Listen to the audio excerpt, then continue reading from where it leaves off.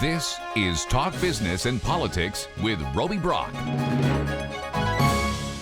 I'm Roby Brock. Welcome to today's Talk Business and Politics. It is day 30 of the 93rd Arkansas General Assembly, and tensions are starting to flare. There was drama in the House Education Committee this morning after 2 hours of debate. House Bill 1231, which would restrict funding for schools that taught the 1619 project, failed. The bill's sponsor, Representative Mark Lowry, Republican of Maumelle, said he had no intention of bringing it back up again. He also said House Bill 1218, another bill he sponsored, which would restrict funding for schools based on how they teach social justice and diversity, would not move forward also. In the Senate, lawmakers spent more than 45 minutes debating a non-binding resolution over Black history in America. Senate Concurrent Resolution 6 by Senators Dan Sullivan and Gary Stubblefield and Representative Mary Bentley, all Republicans, was an 11-page document that outlined a number of historical achievements for African Americans. The debate centered around the accuracy and omissions of the history. It was defeated in a 4-22 vote.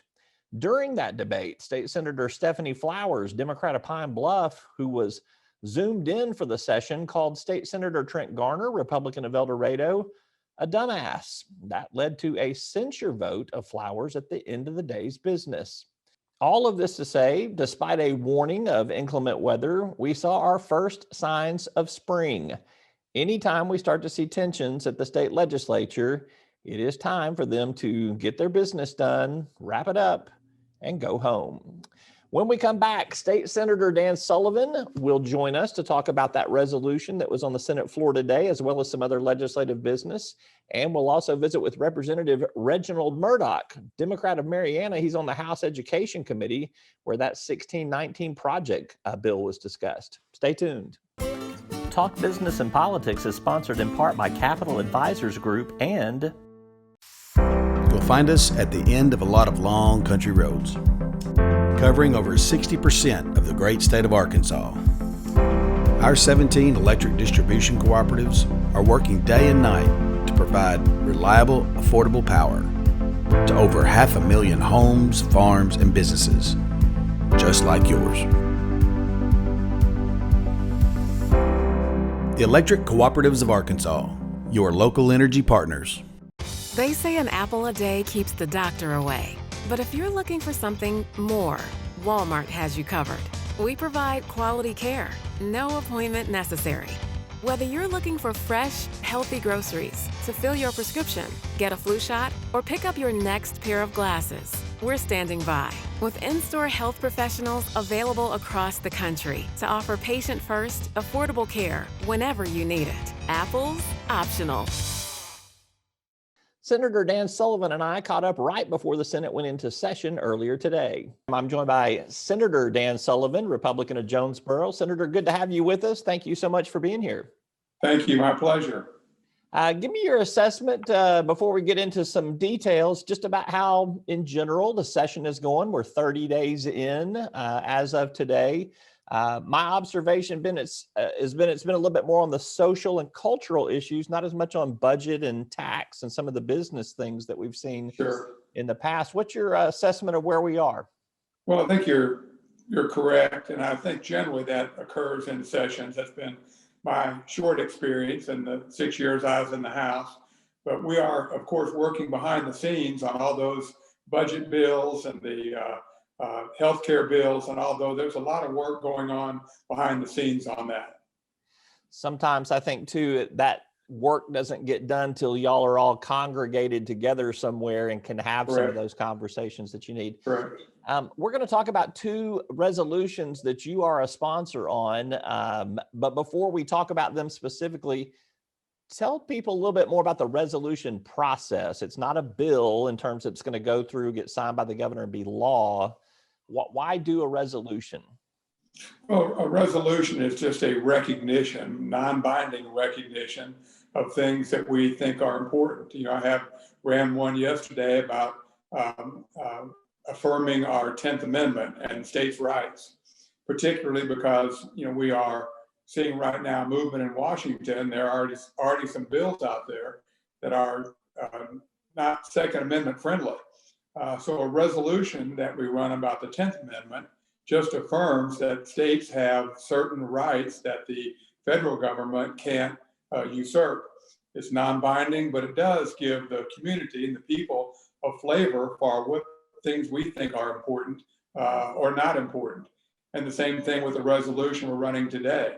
It's just an affirmation, non-binding affirmation of things that are important to us. All right, let's begin with a previous resolution. I don't think you've moved on it yet because there's some other action that could be taking place. That Senate Concurrent Resolution 2 would terminate the public health disaster emergency that the governor declared. Speak to me about why you feel the need to put that in a resolution form and the fact that there is some other movement going on with other legislative action. Sure, the resolution, of course, is non-binding. But if you'll remember, the governor asked a while back for the legislature to come together as a committee of the whole and affirm some things that he believed to be true. The Senate and House both declined that invitation, but that would have essentially done the same thing. It would have been an affirmation of what the governor chooses. Resolution 2, Senate Resolution 2, would just affirm or deny what I believe the state is looking for is some relaxation in some of the guidance that the governor's given.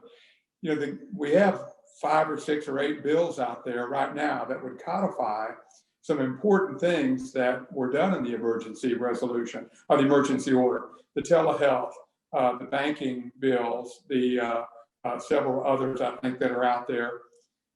And matter of fact, I ran yesterday a banking bill that allowed virtual shareholder meetings. So there's some good things the emergency order does. The resolution would have given the public a flavor of how their local legislators believe about ending the emergency order, because we would have had a vote of sorts, whether we affirm or don't the emergency order the governor's done. And so you have been a critic of the governor's. You've actually, I think, been in a litigation with the governor there about the emergency declaration. Tell me what the conversation is right now between you or some of your peers and the governor's office, and how you guys might be crafting some sort of compromise on how these emergency declarations may go forward. Yeah, sure. And I had lunch with the governor the other day and had a very cordial lunch, and we talked about issues. Senator Hammer and Representative Gasaway are working now on legislation, and they're working closely with the governor's office to draft new legislation that would address some of the concerns. And you mentioned the lawsuit that's going. The lawsuit has one purpose, and that's to re-engage the legislature. It's not about masks. It's not about social distancing. It's not about telehealth. It has one purpose, and that's to reinstitute representative government. And I think that's a critical discussion to have. The 10th Amendment says states are sovereign. Our own Constitution says that individuals have sovereignty. And when the representative government is dismissed or set aside, that's a problem. What are you satisfied with the level of communication? Are you satisfied with what you think might be crafting towards a solution to have the executive and the legislative branch working a little bit more in tandem in the future? Well, I'm very satisfied. I think Senator Hammer and Representative Gasaway have done a great job of keeping legislators, Senate and House, informed as to where we are. And it's my understanding at this point that there will be broad consensus and agreement that we need to re-engage the legislature. I think it affirms what the resolution was about. I think it affirms what the lawsuit is about, that the citizens of Arkansas expect their legislators to be involved. That's what the Hammer-Gasaway bill does. That's what the lawsuit does. That's what the resolution does. All right, you and I are speaking ahead of the Senate session this afternoon, where you plan to run Senate Concurrent Resolution 6. It's an 11-page document, but I will summarize it to say it's basically, as I read it, kind of a history lesson of African Americans in America. Is that an accurate way to portray that? Absolutely. And there's a lot of things in this resolution that I didn't know. I can't blame it on my teacher. It's my fault if I don't know it. But there's so much good history in here. And African Americans played such a critical role going back even before the Civil War in the development of our nation. And I plan to take this resolution, send it to our schools, send it to our community, and just, again, it's a great opportunity to share African American participation in our community.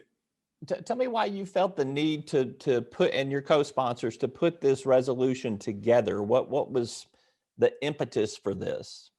Well, first of all, it's Black History Month, and Black history is American history.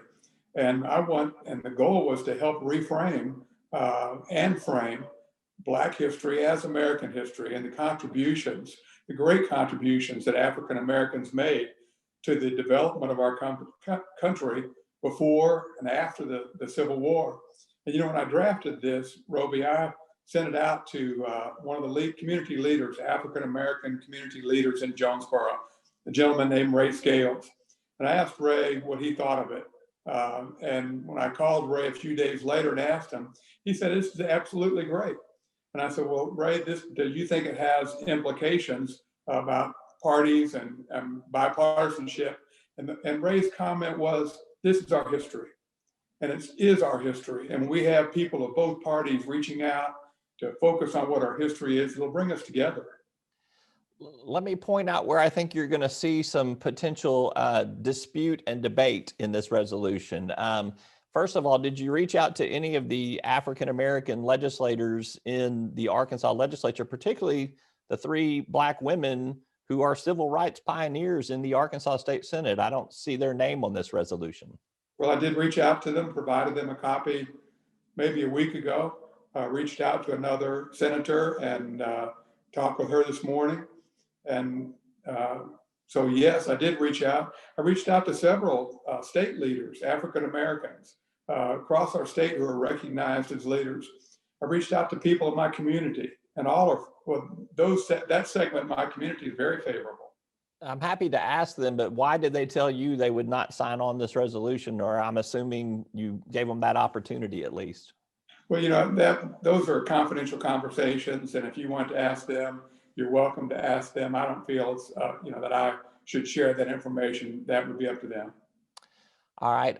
One of the history professors that has reached out to us on this to share his perspective says that it has some faults in it. Particularly, he used the language that there's a dual track that is mentioned in here for how African Americans in the South and the North are part of our history, as if they had a choice, he said, which they did not. He also singles out how the Republicans did help in the 19th century, but he was critical of some GOP policies here in the 21st century towards African Americans, like voting rights. Are you amenable to some changes in this resolution, or how do you plan on addressing some of that criticism that's likely to come on this? Sure. First, we can't run from our history. I think that was made, maybe a comment to you that was made yesterday in relation to the 1619 projects, but one of our African-American senators said we can't run from our history. This is history. It was also vetted by the Bureau of Legislative Research. They spent the better part of a week, maybe more than a week, vetting all this. It's also been vetted by other organizations. But we went with, if we had a conflict, we went with what our Bureau of Legislative Research came up with. So anybody that wants to contest this, we made several changes in the resolution to make sure that our own people, independent, nonpartisan, were comfortable that the language in the bill is accurate. All right. He is Senator Dan Sullivan, Republican of Jonesboro. We appreciate your time. I know you're busy. You got things to do, places to go, and legislation to push through. Thank you for being with us, Senator. Great. Thank you for having me on. That's Senator Dan Sullivan, Republican of Jonesboro. We'll be back after this word from our sponsors with Representative Reggie Murdock, Democrat of Marianna, right after this. Talk Business and Politics is sponsored in part by Impact Management Group and... We have a large commitment to our solar for good reason. It lowers customers' rates. It's emissions free. Entergy Arkansas is the largest provider of solar in the state of Arkansas. Utility scale solar is much more economic for customers. We're going to operate it, we're going to maintain it, we're going to focus on it. That's what we do for a living. We want to continue to find ways to partner with our customers to meet their renewable energy goals. Customers want this, we want to provide it. So our commitment is for the long term. Stepping into the unknown, it can be difficult to find the way. But with the compassion of the cross and the security of the shield, obstacles become openings. As we have for more than 65 years, we'll continue to light the way, using our knowledge to create new healthcare solutions, giving you the power to shine forward to whatever awaits tomorrow. Arkansas Blue Cross and Blue Shield. Live fearless. I caught up with Representative Reggie Murdock earlier today, right after the House finished its business. Joining me now is Representative Reginald Murdock, Democrat from Marianna. Good to see you, sir. How are you? Good afternoon, my friend. Doing great. Doing great. Good, a little cold outside, but I'm good. Before we get into some issues of the session here, I want to get a little bit more. We're at the 30-day mark of the legislature. Give me your assessment of where we're at. It seems like we've spent a lot of time talking about a lot of social and cultural issues, not so much on the business of state government. Why is that? Absolutely. And as you well know, Robbie, for being a veteran on the Hill, that's a little different than the way we usually do it. We started out with Stand Your Ground, and it's been pretty much really taken over a lot of the sessions so far, either in and out of session, in and out of committees. And that's been a big part of the topic, along with some other social. Of course, we're starting to get to the business a little bit now. We got some budget bills moving through, some appropriations. But yeah, it's been a little different than what it usually is, because usually we don't hit some of those bills till later in the session. But we started out with a bang with that Stand Your Ground. And now we're also starting to deal with some more stuff there that will be a little more substantive, I think, as we go further. Let's talk about, you're on the House Education Committee. There was a big debate today in the House Education Committee over House Bill 1231. This puts restrictions on the teaching of the 1619 project. That bill failed in committee. Tell me what you think won that debate for your position. Well, I think it was two stories going on there. I think the position of censorship. Basically, we were going to, in Little Rock, we were going to determine what curriculum, what was going to be taught. We were going to ignore those that have been trained to develop curriculums and that are responsible at the local level, quite frankly, to make that happen. We thought that it's better that that stay in those hands. I think secondly, the 1619 project itself, to me, secondarily was the issue. Really the process of education and delivery of education is what was at stake to me. And though 1619 was a subject matter, I think when we get involved in determining and taking it away from those that should determine, then we mess up the process of education. And I think we corrected that today in a good manner by pushing back that 1231 legislation. And I don't have to tell you, Democrats such as yourself are in the super minority in the Arkansas legislature. So it was a bipartisan rejection of that bill. The House sponsor, Representative Mark Lowry, said he's not planning to bring the bill back up. And he also is not planning to run House Bill 1218, which is another bill that deals with restricting schools and teachers being able to teach social justice and diversity and inclusion. Are you satisfied with that result? Have you talked to Representative Lowry about it? I have talked to him, and I am satisfied with that. I tell you, the best offense sometimes is a good defense, and that's what we're trying to play here, to make sure that we keep those things confined that we think could be damaging to the process and to the educational system. A big debate today down in the state Senate over Senate Concurrent Resolution 6, which is basically an 11-page recitation of Black history in America. If you want to go through all that, I interviewed Senator Sullivan earlier in the program on this. He's one of the lead sponsors. Well, what's your take on Senate Resolution 6? You've had a chance to look at it. Well, yeah, I've read the 11 pages, and it's an interesting read in that it talks a lot about the evolution, and it honors some Black leaders and the evolution of the slavery trade and those that were instrumental in kind of breaking us away from that emancipation of that. But then it kind of turns, it pivots to me, a more political slant as it talks about the Democratic Party and what the Democratic Party and John Kennedy, President Kennedy, and others were kind of vilified in that resolution. So I don't really know what that was all about. I don't know the productivity of that. I don't know if it's just a result of the day that we're living in today. I don't know what that was all about. It started out really in places honoring those that have done great things in the African American community and blacks, but it also had a political slant. So I hadn't really had a chance to digest it, to be honest with you. I read it and just seen it yesterday for the first time. So I read it today and yesterday. And I'm still gleaning because it's 11 pages. There's quite a bit in there. Yeah. So I talked with Senator Sullivan, and I think his heart is in the right place in that he said this is Black History Month. He wanted to do something to honor Black history and put some of this together so that it could be shared with schools and the community. At the same time, when I asked him why there were no African-American sponsors on this legislation, he said he'd had some conversations with some of the Black legislators, but they didn't agree to come on. What advice would you give for Senator Sullivan or any of these other legislators that are on this resolution to work with African-American legislators on a bill about African-American history?